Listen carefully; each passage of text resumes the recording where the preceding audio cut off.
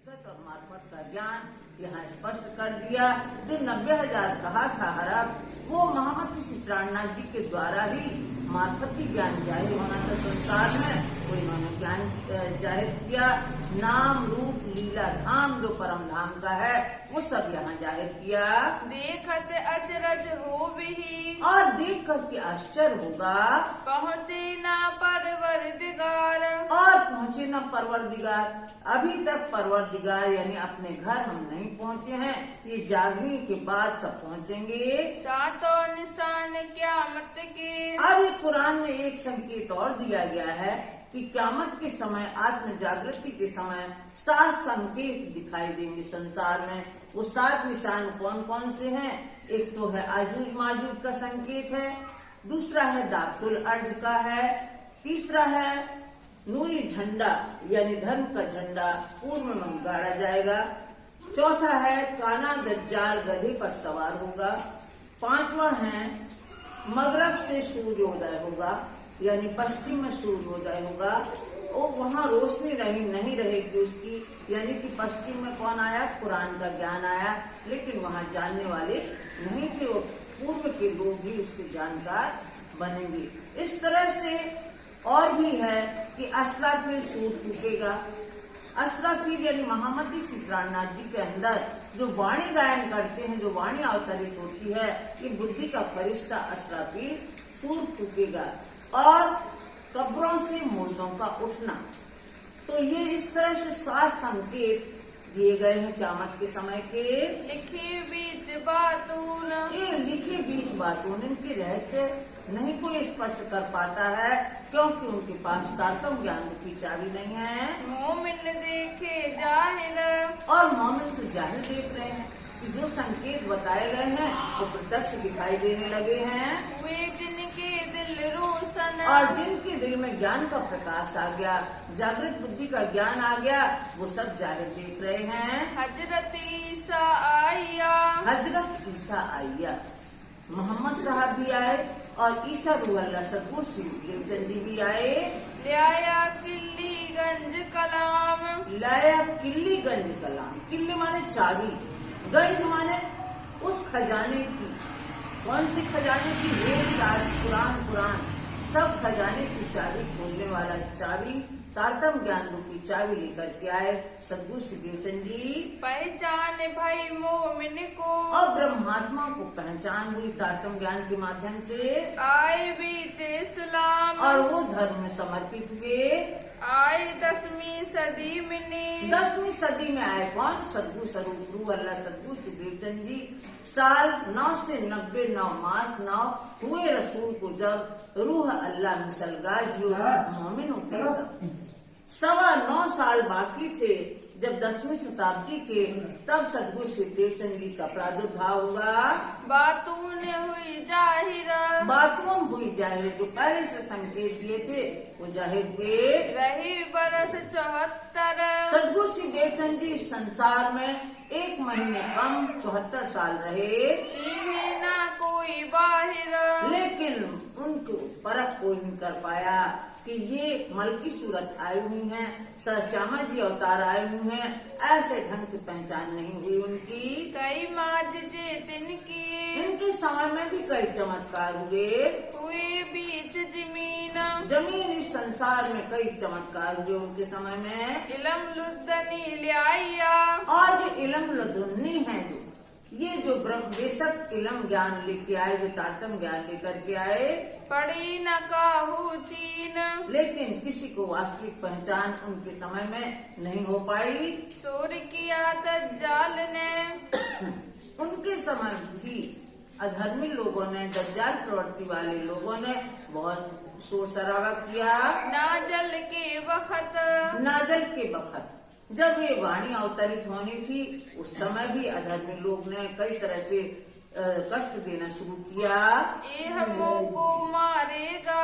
और ये दज्जाल प्रवृत्ति वाले लोग सोचने लगे कि ये तो धर्म का प्रचार प्रसार करने लगे, जो हमारे अड्डा है बैठने के, हम लोग अपनी तरह की बातें करते हैं, मनमानी करते हैं, ये निश्चय ही हमें मारेंगे, हमें समाप्त करेंगे। बखत फलदार रोज क़यामत। और ये आत्म जागृति के समय आ गया है तो हमारी मौत इसमें निश्चित है। ऐसे दज्जाल लोग सोचने लगे। पहना जामा दूसरा जामा किसने पहना? महामती श्री प्राणनाथ जी ने। रूह अल्लाह 2 जामे पहरसी। जब ये ज्ञान इनके पास आया, आए बैठे बीच इमाम। और इमाम होकर के बैठे, इमाम मेहंदी स्वरूप हो गए, जिनको हम विजयानंद बुद्ध निष्कलंक अवतार कहते हैं। ऐसे इमाम मेहंदी स्वरूप हैं ये। तब दज्जाल ने जानिया, तब दज्जाल प्रवृत्ति वाले अधर्मी लोगों ने सोचा, इन्हें मेरे मारने का काम। इन्हें मेरे मारने का काम, ये मेरे वास्ते ही आए हैं। तब इनके सामने लड़ने हुआ तैयार। अब ऐसे लोग लड़ने को तैयार हो गए, यानी हर काम में कोई न कोई विघ्न बाधा डालने के लिए, तरह तरह से कष्ट देने के लिए तत्पर हो गए। मोमिन मोसों छुड़ाए के, और मोमिन जो ब्रह्मात्माएं हमारी संगत में बैठती थी, अब उनको ज्ञान दे करके हमसे छुड़ा लेंगे और हमारी जो बैठक है वो बैठक खाली हो जाएगी हमारी। पहुँचावे परवरदिगार, और पूर्ण ब्रह्म परमात्मा की तरफ ले जाते हैं, धर्म के मार्ग पे ले जाते हैं। ऐसा करते हैं ये। मेरा जोरा इनसे, और हमारा जोरा जो इब्लीस सबके दिलों में शासन कर रहा है, हमारा जोरा इनके ऊपर नहीं चलेगा, क्योंकि ये धर्म की ओर ले जाने वाले हैं। चलत नहीं लगा, हमारा बिल्कुल भी बस इन पे नहीं चलता। इस वास्ते छोड़ हो। ऐसे दज्जाल प्रवृत्ति वाले लोगों ने सोचा कि जब हमारा जोर नहीं चलता है तो हम अपनी सेना को छोड़ देंगे इनके पीछे। 4 फौजें करो तैयार। 4 फौजें, जिसको दज्जाल नामा में लिखा गया है कि 4 फौज कौन सी है उसको सुनिए। एक बेईमान औरत, एक बेईमान औरत जिसका कोई ईमान ना हो कि कहीं भी वो कुछ भी कर दे, चाहे जिस पे लांछन लगा दे, चाहे जिसको क्या कर दे, ऐसी बेईमान औरत का जिसका कोई एतबार ना हो, ये एक दज्जाल की निशानी है। और बाजे बजावन हार, और बाजे बजावन हार, हम कितना ही ध्यान भक्ति भजन कर रहे हैं और जहाँ ढोल नगाड़े की आवाज आने लगेगी तो हमारा ध्यान तुरंत वहाँ जाएगा, तो हमें वहाँ से हटा करके अपनी तरफ खींचने वाले ऐसे बाजे बजाने वाले हैं। दूसरा ये तीसरे पढ़ने वाले इल्म की, और जो इल्म के पढ़ने वाले हैं, ज्ञानी लोग हैं, जो विद्वान लोग हैं, वो भी आदमियों को हर तरह से भरमा सकते हैं, अर्थ का अनर्थ करके और एक शब्द के कई अर्थ बता करके ये भी भरमाने वाले हैं कि चाहे तुम्हें ऊपर उठा दें और चाहे तुम्हें जहाँ ले जाएं, उनके हाथ में होता है आपका। तो ऐसे पढ़े लिखे लोग भी हमें पथ से अलग भी कर सकते हैं और राह पे ला भी सकते हैं। ऐसे लोगों का भी नहीं है। चौथे जादूगर होशियार, और जो चतुर जादूगर होते हैं वो भी पल की पल में कुछ भी भरमा दें। आप उनकी बातों में आ जाओ, तुम्हें लगेगा बिल्कुल सच्ची बातें हैं, कहीं कबूतर बना दें, कहीं कुछ कर दें, कहीं कुछ कर दें, भाई इतने रुपए तैयार कर दें। तो ऐसे चतुर जादूगर होते हैं जो नजर बांध देते हैं। ऐसे लोगों में भी सब लोग आ जाते हैं उनकी बातों में। तो ये दज्जाल की सेना है। 4 लोगों को बताया कि ये सेना हम छोड़ देंगे तो इससे ब्रह्म सृष्टि हमारी तरफ खींचे आएंगे। जहाँ कहूँ पावे मोमिन, और जहाँ कहीं भी ब्रह्मात्माओं की जमात होगी वहाँ इस सेना को छोड़ देंगे हम, खींचे अपनी तरफ। और ये लोग हैं जो 4 लोग बताए गए हैं, ये अपनी तरफ आकर्षित करेंगे, जिनमें ईमान असल का, लेकिन जिसमें पक्का विश्वास होगा, धर्म की तरफ पक्का रुझान होगा, जटिल विश्वास होगा, वो नहीं डगेंगे। सो सुनी ना एक हरफ, वो सुने ना एक हरफ, वो इनकी बातों में नहीं आएंगे। लगा सूर फूकने, और असराफिल जो जागृत बुद्धि का फरिश्ता है वो सूर फूकने लगा। और वो किसके माध्यम से? महामती श्री प्राणनाथ जी ब्रह्मवाणी की गर्जना करने लगे। असराफील करनाए। असराफील बुद्धि का फरिश्ता है, महामती श्री प्राणनाथ जी के अंदर बैठ के जागृत बुद्धि और तारतम ज्ञान के द्वारा तारतम वाणी का सूर फूकने लगा। सन 1090 से 1090 से यानी कि संवत 1735 शालिवाहन की शाखा से और विक्रमादित्य की राज से 1735 कहते हैं और सन 1090 है वो हिजरी संवत है। सुन सैया दौड़ के आए। सुन सैया दौड़ के आए। जब हरिद्वार में गर्जना की शास्त्रार्थ हुआ महामती श्री प्राणनाथ जी ने, तो जो असराफील बुद्धि का फरिश्ता है, जो बुद्धि के द्वारा तारतम के द्वारा ये इन्होंने शास्त्रार्थ जो किया, तो जितने भी पहाड़ थे, पहाड़ यानी ज्ञानी, बड़े बड़े आचार्य, बड़े धुरंधर विद्वान, तो वो कैसे उड़ गए? जैसे रुई उड़ जाती है हवा से, ऐसे उनका अभिमान चूर हुआ और सबने सब अभिनंदन किया महामती श्री प्राणनाथ जी का, जिसको हम कहते हैं विद्याविनंद बुद्ध जी की आरती। ऐसे सबने अभिनंदन किया महामती श्री प्राणनाथ जी का। प्राणनाथ प्यारे। तो ऐसा इनको वहां से हमारा शाखा प्रारंभ हुआ, विजयानंद का शाखा प्रारंभ हुआ संवत 1735 से। तो असराफील ने पहली बार चूर वहां फूका था, जो बड़े बड़े अभिमानियों का अभिमान चूर हुआ। काफिरों के दिल बैठ के। काफिरों के दिल बैठ के। और यहाँ दिल्ली में जो बार बार हम संदेश भिजवाते हैं, तो ऐसे काफिर जो अवज्ञाकारी लोगों के दिल में बैठ गए। बड़ा जो किया शोर शराबा किया। कांजी भाई बार बार पत्र लेके गया, 2 महीने तक घूमा, लेकिन वो तो अपना वो छिपाना चाहते थे, तरह तरह की बातें करने लगे। मुंह में उतरे अरस से। ब्रह्मात्मा तो परम धाम से इनकी सुरताएं अवतरित हुई हैं संसार का खेल देखने के लिए। ताको जितना हुआ मरूर। उनके चित्त में जरा भी रुकावट नहीं आई, यानी कि उनका तो ध्यान परमात्मा की वाणी में लगा रहा और महामती श्री प्राणनाथ जी के ऊपर पक्की विश्वास रहा उनका। खेस कबीला कुटुंब। और खेस कबीला कुटुंब, अपना घर परिवार, अपना कुटुंब, इसकी भी उन्हें परवाह नहीं थी। सब दज्जाल का लश्कर। ये सब दज्जाल की ही सेना है। हमारे घर परिवार के लोग भी, अगर हमारी इच्छा है, क्योंकि इस संसार में मनुष्य अकेला आया है, अकेला ही जाना है, लेकिन ये क्या है, ये हमें हमारी बारी, जिस तरह खेत की रक्षा के लिए बारी लगती है, उसी तरह ये जीवात्मा के लिए परिवार रूपी बारी है। ये बंधन है लोक लाज मर्यादा की, वैराट और वेद का कोहड़ा है ये, जो हम कलश वाणी में पढ़ते हैं। तो इनको भी महामती श्री प्राणनाथ जी ने क्या कहा, ये भी दज्जाल के समान है। अगर हम चाहते हैं कि हम 2 घंटे मंदिर में बैठे, तो अरे घर वाले कहेंगे, अरे भाई जल्दी होके आ जाना, इतना काम है अभी अपने घर में, अपन को इतना दूसरों का निमंत्रण करना है, इसके यहाँ जाना है, उसके यहाँ जाना है, तो घर वाले हमें भरमा देते। तो ये भी दज्जाल ही है एक तरह के। तो इस तरह से कहा गया है, तिन में से छुड़ाई के। उनसे छुड़ा कर जो सूरत के सुंदर साथ घर बार छोड़ के आए हैं, तो उनमें से छुड़ा करके घर में लगे हैं। पहुँचाए अपने घर। अपने घर यानी परम धाम की तरफ रुख किया, वहाँ की तरफ बढ़ने लगा। निगहबानी जबराइले। और जबराइल जो जोश का फरिश्ता है, वो बराबर निगहबानी करता है, इनकी रक्षा करता है, इन ब्रह्मात्माओं की। करी ऊपर रूहन। रूहों के ऊपर, इन ब्रह्मात्माओं की ऊपर ये बराबर अपनी रक्षा रखता है, इनके हृदय पवित्र रखता है। साफ रखे सब अंगों। सब अंगों को पवित्र रखता है ये। दिल रहे हमेशा रोशन। और इनके दिल हमेशा प्रसन्न रहते हैं। जब अदा करने फर्ज को। जब ये कर्तव्य का निर्वहन करने के लिए हमारे साथी जाते हैं, औरंगजेब के अधिकारियों को देने के लिए पत्र देने जाते हैं, लगे पहुँचाने पैगाम। पैगाम ये संदेश पहुंचाने के लिए कि भाई किसी तरह औरंगजेब बादशाह तक कानों तक ये बात पहुंच जाए तो अधिकारियों के पास संदेश देने के लिए जाते हैं। तब दज्जाल ने चिन्हिया।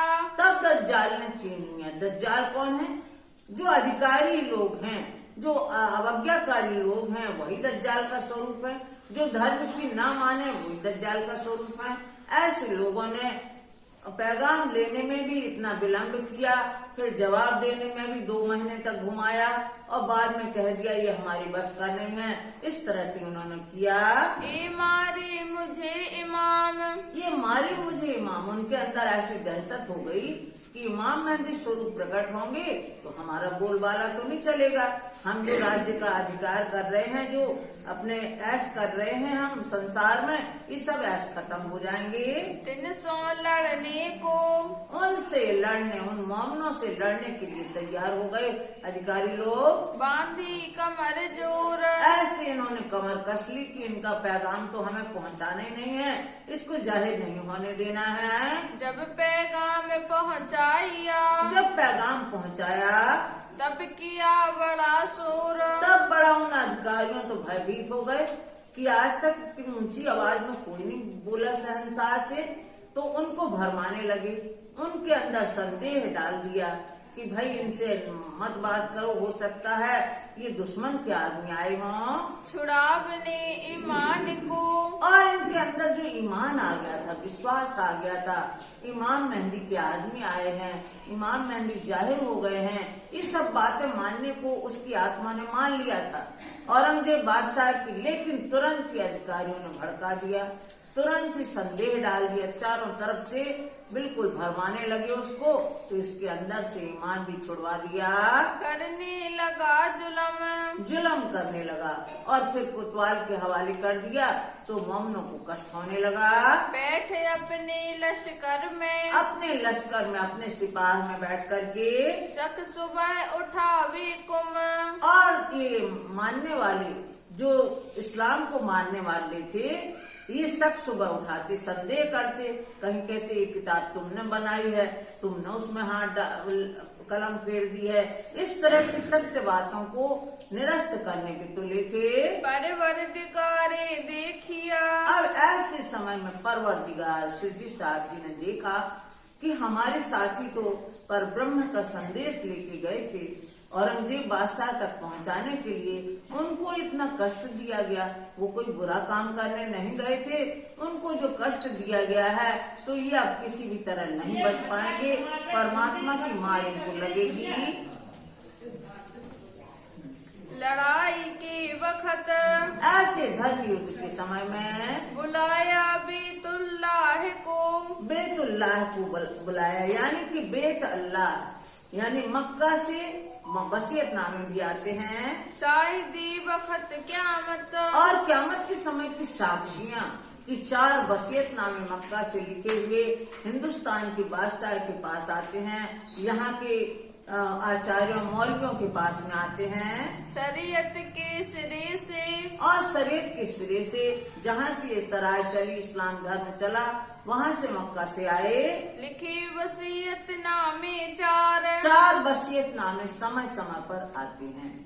यहाँ 1712 में, 1715 में, 1735 में, ऐसे समय समय पर 4 वसीयतनामे आए। एक वसीयतनामा में आया कि कुरान का ज्ञान यहाँ से उठ गया, दूसरे में आया नूरी झंडा उठ गया, ईमान उठ गया, तीसरे में आया बरकत उठ गई यहाँ से, चौथे में आया शफकत उठ गई यहाँ से। जो दुआएं थी, फकीरों की दुआएं थी, बड़ों का आशीर्वाद था, वो शफकत उठ गई। और बरकत क्या है? बरकत यानी कि हम कुछ भी करते हैं, यानी 10 लोगों का खाना बनाया तो उसमें 20 लोग समा जाए, ये बरकत था, आशीर्वाद था। ये भी चला गया वहां से। और कुरान का जो ज्ञान था वो वहाँ कोई ऊपरी मानते थे और नहीं समझ पाया कोई ज्ञान, तो कुरान का ज्ञान यहाँ इमाम मेहदी स्वरूप मोहम्मदी सी प्राणनाथ जी के द्वारा स्पष्ट होना था, वो यहाँ आ गया। और नूरी झंडा भी पूर्व में आ गया। तो इस तरह से वसीयतनामे वहाँ से आ गए। वहाँ के अधिकारियों को, वहाँ के मौलवियों ने यहाँ भेजा। दिन में खबर क़यामत की। उसमें क़यामत के समय की खबर थी, पर काफर करे ना विचार। लेकिन अधर्मी लोग, काफर लोग इन बात पे हमने गौर नहीं किया, विचार नहीं किया। दज्जाल दिल सबन के, दज्जाल दिल सबन की, जो इब्लीस सबके दिल पे शासन कर रहा है, वो हमें धर्म से दूर रखता है। ऐसे दज्जाल सबके दिलों में था, तो वो उन अधिकारियों से इसीलिए वो धर्म में प्रवेश नहीं हो पाए। जोर बैठा दुश्मन, और ये दुश्मन जो इब्लीस है, जोरदार बैठा था, क्योंकि वो अधर्म की राह पे थे, आश्रित प्रवृत्ति के थे, इसलिए उनके अंदर दुश्मनी थी। जब पहुँचे नामे वसीयत, जब वसीयतनामे आए चार हिंदुस्तान में, धोई डारे सबन। उसका ज्ञान जाहिर नहीं होने दिया, उसको ढांप के रख दिया फाइलों में। जब इमाम साहिब ने, जब इमाम साहब ने, इमाम साहब यानी महामती सिकंदर जी ने पहुँचाए पैगाम, जब वहाँ के इमामों ने यहाँ पैगाम पहुँचाया, और यहाँ से इमाम मेहदी साहब ने अपने साथियों के द्वारा 12 मोमिनों के साथ द्वारा यह संदेश भेजा था औरंगजेब के पास, तब दज्जाल कमर बांध के, तब अधिकारी खड़े हो गए कि हमें बादशाह से तो रूबरी मिलने नहीं देना है, और बादशाह के मन में संदेह डाल दिया। तो ऐसे जो अधर्म प्रवृत्ति के थे, इन्होंने ठान लिया कि इस संदेश को जाहिर नहीं होने देना है। लड़ा सामे इस्लाम, और लड़ा सामे इस्लाम, धर्म के वास्ते ये जो ऊपरी मानने वाले थे ये लड़ने लगे कि अब तुम इनको बरगलाओगे बादशाह को, तो हम तुम्हें मार डालेंगे। इस तरह से उन्हें कष्ट देने लगे। ऐसे समय में मीरते से, ऐसे समय में मीरता से, सिरजी साहब मीरता में थे ऐसे समय में, और मीरता से और बड़े बड़े राजाओं के पास पत्र भेजते हैं। जसवंत सिंह राणा के पास वहाँ से पत्र भेजते हैं, जो पेशावर में थे, भेजते हैं लालदास को, निर्मल दास को। भेजे थे पैगंबर, पैगंबर यानी 2 संदेश वहाँ भेजे थे। राठौर जसवंत सिंह सो, जसवंत सिंह राठौर के पास भेजा था कि शायद ये जाग जाए तो हिंदू धर्म का बचाव हो जाए, जो हिंदू धर्म कष्ट में है। जाए दे खबर, उनको खबर दो। जब पैगाम गया उन पे, जब उनके पास संदेश गया, सुना नाही कान, लेकिन उसने इन बातों पर कोई ध्यान नहीं दिया, ढंग से उस पत्र को सुना ही नहीं। आजूज माजूज मारिया, आजूज माजूज जो दिन रात है, काल रूप दिन रात है, जो मृत मनुष्य की आयु को छीण करने वाले हैं, तो इससे उसका अंत समय आ गया। बिना देखे ईमान, और ईमान यानी विश्वास के साथ में उसने पत्र भी नहीं देखा, और उसका अंत समय आ गया। फिर आए दिल्ली शहर में, फिर वो साथी दिल्ली शहर में आ गए, सिरजी साहब आए। तब भाई सामी शरीयत, तब शरीयत के सामने इन्होंने 12 साथियों ने अपने को हाजिर कर दिया। ये आए हमें उठावने, ये आए हमें उठाने। अब जो अधर्मी लोग थे वो सोचने लगे हमारा बोलबाला चल रहा है, हमें ये मिटाने के लिए आए हैं, हमारी शक्ति को खत्म करने आए हैं। पड़ता रोज क्यामत, पर्दा रोज क्यामत, जो कुरान में लिखा गया था कि कल की रोज क्यामत होगी, वो क्यामत का संदेश लेके आ गए ये लोग। तो बात ना सुने इनकी, और कोई भी अधिकारी के पास गांधी भाई पत्र लेके जाता था तो यही कहते थे कि तुम तो अभी से क्यामत लेके आ गए। इनकी बात पे कोई ध्यान नहीं देता था। अपनी सोहबत में, अपनी सोहबत में इनकी मजाक उड़ाते थे। घेर लिया सुल्तान को, और सुल्तान को घेर लिए चारों तरफ से अधिकारियों ने कि ये बादशाह आपको ये शोभा नहीं देता कि आप रूबरू उनसे बात करो, ये नामालूम दुश्मन की भेजे हुए आदमी हो। इस तरह से उनको बरगला करके उनके अंदर जो विश्वास आया था उस विश्वास को भी खत्म कर दिया। बात ना करे इनसे, बात न करे इनसे, इस तरह से उन्हें कहा जो पैगाम पहुँचा भी, यदि कोई संदेश लाता है तो तिनको डारे मार। और अब उन्होंने साथियों से कह दिया उन अधिकारियों ने, यदि तुम इस तरह से पैगाम पहुंचाओगे बादशाह तक तो तुम्हें हम मार डालेंगे अब। ताबी सब दज्जाल के क्योंकि सब दज्जाल के अधीन थे, उसी के अनुसार काम कर रहे थे। हुई ना खबरदार, खबरदार सावचेत नहीं हुए। जब सुल्तान ने सुनी, जब सुल्तान बादशाह ने सुनी, दौड़ा तरफ ईमान, वो ईमान की तरफ दौड़ा। उसको विश्वास आ गया कि इमाम मेहंदी के आदमी हैं, और जो उसको प्रतीक्षा थी इमाम मेहंदी को देखने की, वो तो सुना, उसने बड़े ध्यान से सुना। तब दज्जाल आड़े आएगी, तब दज्जाल स्वरूप अधिकारी आड़े आ गए। भान दई पहचान, खान दई पहचान, जो पहचान थी वो उन्होंने मिटा दी, जो उनके अंदर में हो गया था। बस बसा करने लगा, बस बसा करने लगा। ऐसे जो अरबी लोग थे वो उनको डामाडोल करने लगे बादशाह को, कि बादशाह के अंदर जो थोड़ा विश्वास जमा था वो उन्होंने उनका खत्म कर दिया। ऊपर छाती की, छाती के ऊपर इन्होंने अपनी बातें ऐसी कही उनसे, कोई बातें घूमने लगी। छूटत तुमसे साहिबी, अब तुमसे साहबी, अब ये औरंगजेब बादशाह ने विचार किया कि ये इमाम मेहंदी के आदमी आए हैं, यदि हम इनको मानते हैं तो हमारी साहिबी छूट जाएगी। क्यों मानत हुई, और ये क्यों मान रहे हो? जो मेरे ताबे रहोगे, जो हमारे अधीन रहोगे तो, यानी कि जो बादशाहत है ये करोगे तो करो बादशाही तुम, तो भारतवर्ष का तुम साम्राज्य जो संभाले हुए हो वो बादशाही करो। अगर इमाम मेहंदी के बन के रहोगे तो कुछ भी नहीं मिलेगा तुम्हें। जो ताबे होते इमाम के, और इमाम मेहंदी की बातों में यदि उनके उसमें तुम चले गए, उनके धर्म में चले गए, तो सब बादशाह छूट जाएगी तुमसे, और हो सकता है तुम्हारा शरीर भी छूट जाए। तो तुम पर हो जुलम, तो तुम्हारे ऊपर जुल्म